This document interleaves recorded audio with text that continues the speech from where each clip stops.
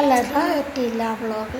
ഞാൻ ഇന്ന് എൻ്റെ ഡെയിലി ഉച്ചവരെയുള്ള ഡെയിലി റൊട്ടീൻ എന്ന് വെച്ചാൽ ഞാൻ ഉച്ചവരെ അടുക്കളയിൽ ഭക്ഷണം പാകം ചെയ്യുന്ന ഒരു വീഡിയോ ആണ് ഇടാൻ പോകുന്നത്.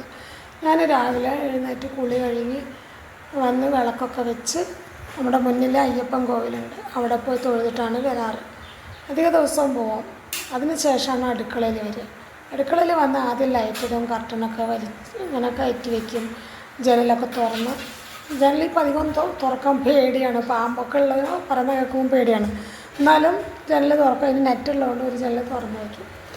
അതിന് ശേഷം അടുക്കളയിൽ വന്ന് ഇൻഡക്ഷൻ സ്റ്റൗവിൽ എനിക്ക് കുടിക്കാനുള്ള ജീരകവെള്ളം, ഞാൻ രാവിലെ എന്നും ജീരകവെള്ളമാണ് കുടിക്കാറ്. ജീരകവെള്ളം വയ്ക്കും, പിന്നെ കരിങ്ങാലി വെള്ളവും തിളപ്പിക്കും. ഞാൻ ഇന്നത് ഇൻഡക്ഷൻ സ്റ്റൗവിലാണ് വെക്കുന്നത്. ഇൻഡക്ഷൻ സ്റ്റൗവിൽ ആ വെള്ളം വെച്ചതിന് ശേഷം ഞാൻ അടുപ്പിലെ വെണ്ണീരൊക്കെ വാരി തീ കത്തിക്കാനുള്ളൊരു തയ്യാറെടുപ്പിലാണ്.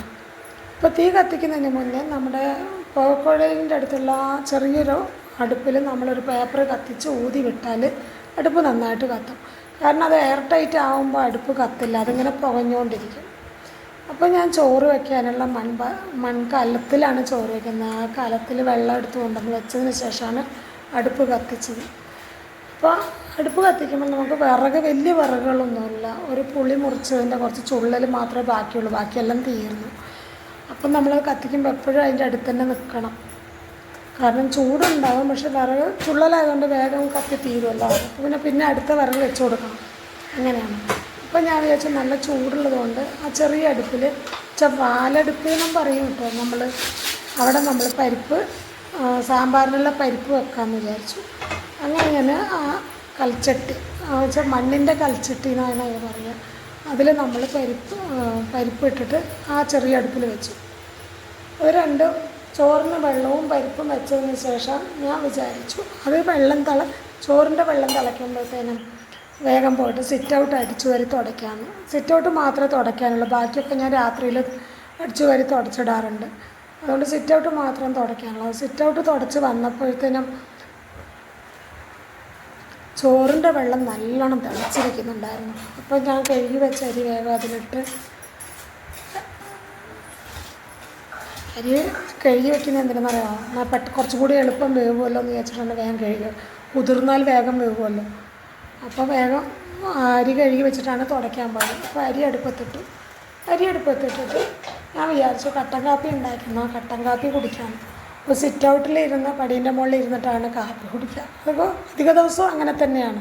കാരണം പുറത്തേക്കൊക്കെ നോക്കിയിരുന്ന് കിളികളൊക്കെ വരും, ചെടികളൊക്കെ നോക്കി അങ്ങനെ ഇരുന്ന് കുടിക്കുമ്പോൾ ഒരു സുഖമാണ്, ഒരു ഫീലാണ് രാവിലെ അങ്ങനെ ഇരിക്കുമ്പോൾ. അപ്പോൾ കാപ്പി കുടിയൊക്കെ കഴിഞ്ഞ് വന്ന് സാമ്പാറിനുള്ള കഷ്ണം പറിക്കാനും വന്നു. സാമ്പാറിൻ്റെ കഷ്ണങ്ങളൊക്കെ ഫ്രിഡ്ജിൽ നിന്ന് എടുത്ത് വന്നപ്പോൾ ചെറിയ ഉള്ളി ഇന്നലെ ചേട്ടൻ നന്നാക്കി വെച്ചിരുന്നു. അപ്പം ചെറിയ ഉള്ളി മുറിക്കേണ്ട പണി മാത്രമേ ഉണ്ടായിരുന്നുള്ളൂ. അപ്പം കുറച്ച് ചെറിയ ഉള്ളി, ഒരു മുരിങ്ങാക്കായും കുറച്ച് വെണ്ടക്കയും ഒരു തക്കാളിയും കൂടി ഇട്ടിട്ടുള്ളൊരു സാമ്പാറാണ്. നമ്മൾ സാമ്പാർ പൊടി ഇട്ടിട്ടാണ് സാമ്പാർ വെക്കാറ്, അങ്ങനെ വറുത്തരച്ചൊന്നും വെക്കില്ല. വയ്ക്കും വല്ലപ്പോഴൊക്കെ വെക്കുള്ളൂ. ജോലികൾ എളുപ്പം ചെയ്യാൻ വേണ്ടിയിട്ട് അങ്ങനെ വറുത്തരച്ച് അങ്ങനെ മെനക്കെടാറില്ല. അപ്പോൾ സാമ്പാറിനുള്ള കഷ്ണങ്ങൾ മുറിച്ച് കഴിഞ്ഞപ്പോൾ ഞാൻ വിചാരിച്ചു ഫ്രിഡ്ജിൽ കാബേജ് ഇരിക്കുന്നുണ്ട്, കാബേജ് ഉപ്പേരി വയ്ക്കാമെന്ന് വിചാരിച്ചിട്ട് കാബേജ് മുറിക്കാമെന്ന്. കാബേജ് കഷ്ണങ്ങൾ മുറിച്ച് കഴിഞ്ഞപ്പം കാബേജ് മുറിക്കാൻ വേണ്ടി എടുത്തിട്ട് വന്നു. അത് നമ്മൾ ചോപ്പറിലാണ് മുറിക്കുന്നത്. അപ്പോൾ അത് ചോപ്പറിലിട്ട സമയത്ത് അതിൻ്റെ കൂടെ തന്നെ സവോളയും പച്ചമുളകും കൂടി ഇട്ടിട്ടാണ് ചോപ്പ് ചെയ്യുക. അത് ചോപ്പ് ചെയ്ത് മാറ്റി വെച്ചു. അപ്പോഴാണ് കൂർക്ക ഉണ്ടായിരുന്നു, ഇന്നലെ ചേട്ടൻ കൂർക്ക നന്നാക്കി വെച്ചിരുന്നു. അപ്പം കൂർക്കയും കൂടി ഒരു ഉപ്പേരി വയ്ക്കാം എന്ന് വിചാരിച്ചു. കാരണം കാബേജ് ഉപ്പേരി ചേട്ടൻ അത്ര വലിയ ഇഷ്ടമൊന്നുമല്ല. അപ്പോൾ ഞാൻ കൂർക്ക നല്ല ഇഷ്ടമായതുകൊണ്ട് അധികം 2 ഉപ്പേരി ഉണ്ടാവും, കുറച്ചല്ലേ വേണ്ടുള്ളൂ. എന്തായാലും ഒരു വഴുതിനൊക്കെ ഒരു ഉപ്പേരിയൊക്കെ വെക്കുന്നൊരു ശീലങ്ങളാണ്. അപ്പോൾ ഞാൻ കൂർക്കയും കൂടെ മുറിച്ച് ഉപ്പേരിയാക്കാമെന്ന് വിചാരിച്ചു. അങ്ങനെ കൂർക്ക മുറിക്കുകയാണ്. കൂർക്ക മുറിച്ച് ചെറിയൊരു കുക്കറിലാണ് വെക്കുന്നത്. അത് ഗ്യാസ് അടുപ്പിലാണ് വെക്കുന്നത്. എന്നുവെച്ചാൽ അതിൽ മഞ്ഞൾപ്പൊടി ഉപ്പിട്ട് പച്ചമുളക് ഇട്ടിട്ട് നമ്മൾ കുക്കറിൽ വെക്കുകയാണ്. കുക്കറിലത് 2 വിസിലടിച്ചാൽ മതി. 2 വിസിലടിക്കുമ്പോഴത്തേക്കും നമുക്ക് ഇപ്പുറത്ത് സാമ്പാറിലെ കഷ്ണങ്ങളൊക്കെ ഇട്ട് മസാലയൊക്കെ ഇടാം. മസാല ഇടാൻ നോക്കുമ്പോഴാണ് ബോട്ടിൽ മഞ്ഞൾപ്പൊടി ഇല്ല. അപ്പോൾ ഞാനെന്ത് ചെയ്തു, പാക്കറ്റ് കൊണ്ടുവന്ന് മഞ്ഞൾപ്പൊടിയൊക്കെ പൊട്ടിച്ച് ബോട്ടിലൊക്കെ ഫില്ല് ചെയ്ത് മസാലയൊക്കെ സാമ്പാറിലിട്ട് ഞാൻ അത് എടുത്ത് വെക്കാൻ പോയപ്പോഴാണ് കുക്കറിൻ്റെ രണ്ടാമത്തെ വിസിലും വന്നിരുന്നു. അപ്പം ഞാൻ വിചാരിച്ചു എന്നാൽ ഇനി ഉപ്പേരി വയ്ക്കാം. നിങ്ങളൊക്കെ പടപടയെന്ന് കഴിയണമല്ലോ. അപ്പോൾ ഉപ്പേരി വയ്ക്കാനാണ്. അതിൽ ചീനച്ചട്ടി വെച്ചു, വെളിച്ചെണ്ണ ഒഴിച്ചു, കടുകും ഉഴുന്നും കറിവേപ്പിലയിട്ട് വറവിൽ കേബേജ് ഉപ്പേരി ഉണ്ടാക്കണം. കറിവേപ്പില ഇതുപോലെ നമ്മുടെ വീട്ടിലുള്ളതാണ്. പിന്നെ അധിക ദിവസവും ഞാൻ നമ്മുടെ വീട്ടിൽ പപ്പായ ഉണ്ട്, നമ്മൾ കറമൂസ എന്ന് പറയും, അതുണ്ട്, ചീരയുണ്ട്, മുരിങ്ങേൻ്റെ ഇലയൊക്കെ ഉണ്ട്. അപ്പോൾ നമ്മൾ അതൊക്കെ തന്നെയാണ് അധികം വയ്ക്കാറ്. അപ്പോൾ വാങ്ങിയ പച്ചക്കറി ഉണ്ടാകുമ്പോൾ 2 ഉപ്പേരിയൊക്കെ വയ്ക്കും. അങ്ങനെ കേബേജ് അടുപ്പത്ത് വെച്ച് വന്ന് സ്റ്റൗവിൽ വെച്ച് ഇളക്കി അതിനെ അടച്ച് വെച്ചു.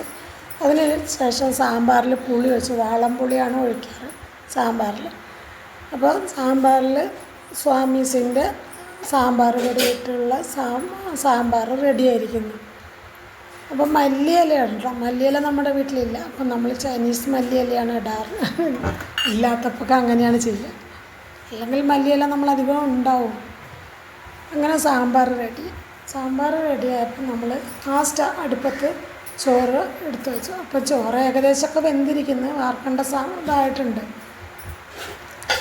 അങ്ങനെ ചോറ് വീണ്ടും അടുപ്പത്തേക്ക് വെച്ചു. തീ നല്ലോണം കത്തുന്നുണ്ട്, കണ്ടപ്പോൾ കുഴലിൽ കൂടെ തീ വരുന്നത്. അപ്പോൾ അവിടെയാണ് നല്ല ചൂടുണ്ടാവുക.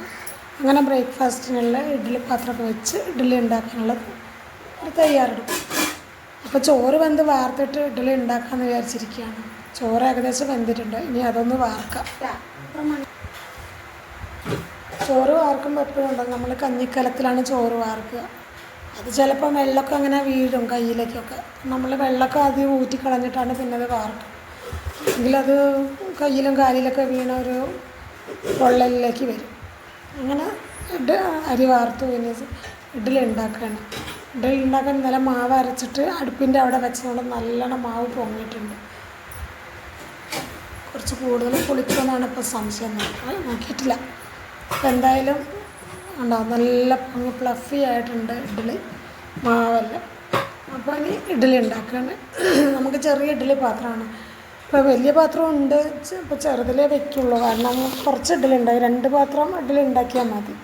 ആ ഇഡ്ഡലി ഉണ്ടാക്കിയിട്ട് ഒരു പാത്രത്തിൽ ഒഴിച്ച് വെച്ച് ഇനി രണ്ടാമത്തെ പാത്രത്തിൽ ഒഴിച്ച് വെച്ച് അടച്ച് വയ്ക്കുക.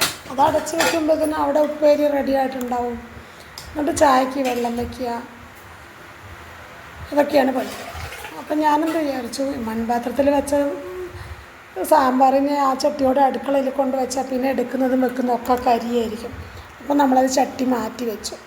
അത് മാറ്റി വെച്ച് വന്ന് കൂർക്കപ്പേരിയിൽ വറവിടാമെന്ന് വിചാരിച്ചു. കൂർക്കപ്പേരിയിൽ ചെറിയ ഉള്ളിയും കറിവേപ്പിലയും ഒക്കെയാണ് വറവിട്ടത്, കടുകും. അത് വറവിട്ടപ്പോൾ നല്ലൊരു മണമാണ്.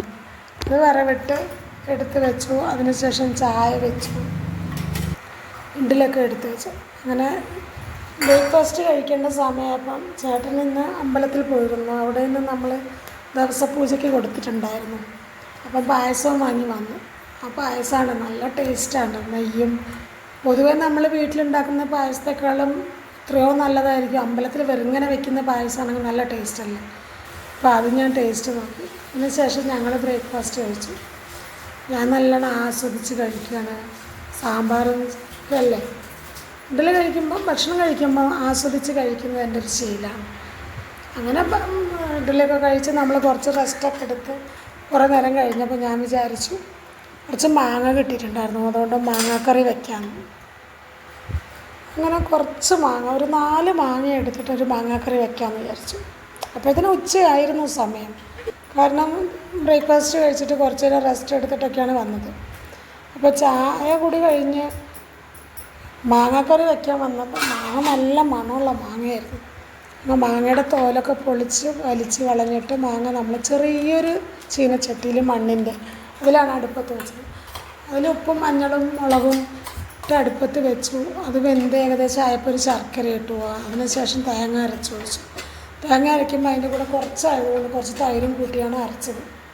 അത് അരച്ച് ഒഴിക്കുന്നതിന് മുന്നേ ഞാൻ അതിൽ കുറച്ച് നെയ്യ്, 1 സ്പൂൺ നെയ്യ് ഒഴിച്ച് ഇളക്കിയിരുന്നു. അപ്പോൾ നല്ലൊരു മണമായിരിക്കും. അങ്ങനെ മാങ്ങാക്കറിയായി. അപ്പോൾ നമുക്കിനി ഉച്ചക്കത്തെ ഊണ് കഴിക്കേണ്ട പരിപാടിയാണത്. അപ്പോൾ പപ്പടം കാച്ചുക, ചോറുണ്ണാം, അതാണ് അടുത്ത പണി. അത് കഴിഞ്ഞ് ഇന്നത്തെ പ്രിപ്പറേഷനെ കഴിഞ്ഞു എന്നുള്ളതാണ്. അപ്പോൾ നമ്മൾ മാങ്ങാക്കറിയിൽ വറവിടാണ്. ഉലുവയും കടുകും ഉണക്കമുളകും കറിവേപ്പിലയും കൂടി വറവിട്ടിട്ട് എടുത്ത് വെച്ച് ഒന്ന് തണുത്തതിന് ശേഷമേ കഴിക്കുള്ളൂ. അപ്പോഴാണ് അതിൻ്റെ ടേസ്റ്റ്. അങ്ങനെ അതെല്ലാം സെറ്റായതിന് ശേഷം നമ്മൾ പപ്പടം കാച്ചി പപ്പടം ചേട്ടന് വേണ്ട പറയും. പക്ഷേ എനിക്ക് പപ്പടം നിർബന്ധമാണ്. പപ്പടം ഉണ്ടെങ്കിൽ ഊണ് കഴിക്കുന്ന ഒരു പ്രത്യേക എന്തോ ഒരു സുഖമാണ് പപ്പടവും കൂടി പൊട്ടിച്ച് കഴിക്കുമ്പോൾ. അങ്ങനെ പപ്പടം വറുത്തു. ഇനി ചോറുണ്ണാൻ പോവാം. ചോറുണ്ണാൻ ചേട്ടനെ വിളിച്ചു. അപ്പം ചേട്ടൻ 1 മണിയാവട്ടെ എന്ന് പറഞ്ഞിട്ടിരിക്കുകയാണ്. അപ്പോൾ ചോറ് വിളമ്പി ഇനി നമ്മൾ കഴിക്കുകയാണ് കേട്ടോ. നിങ്ങളെല്ലാവരുടെ വീട്ടിൽ ഇങ്ങനെയൊക്കെയാണോ? ഒന്ന് കമൻറ്റിൽ പറയണം കേട്ടോ. പിന്നെ എന്നെ എല്ലാവരും സപ്പോർട്ട് ചെയ്യണേ.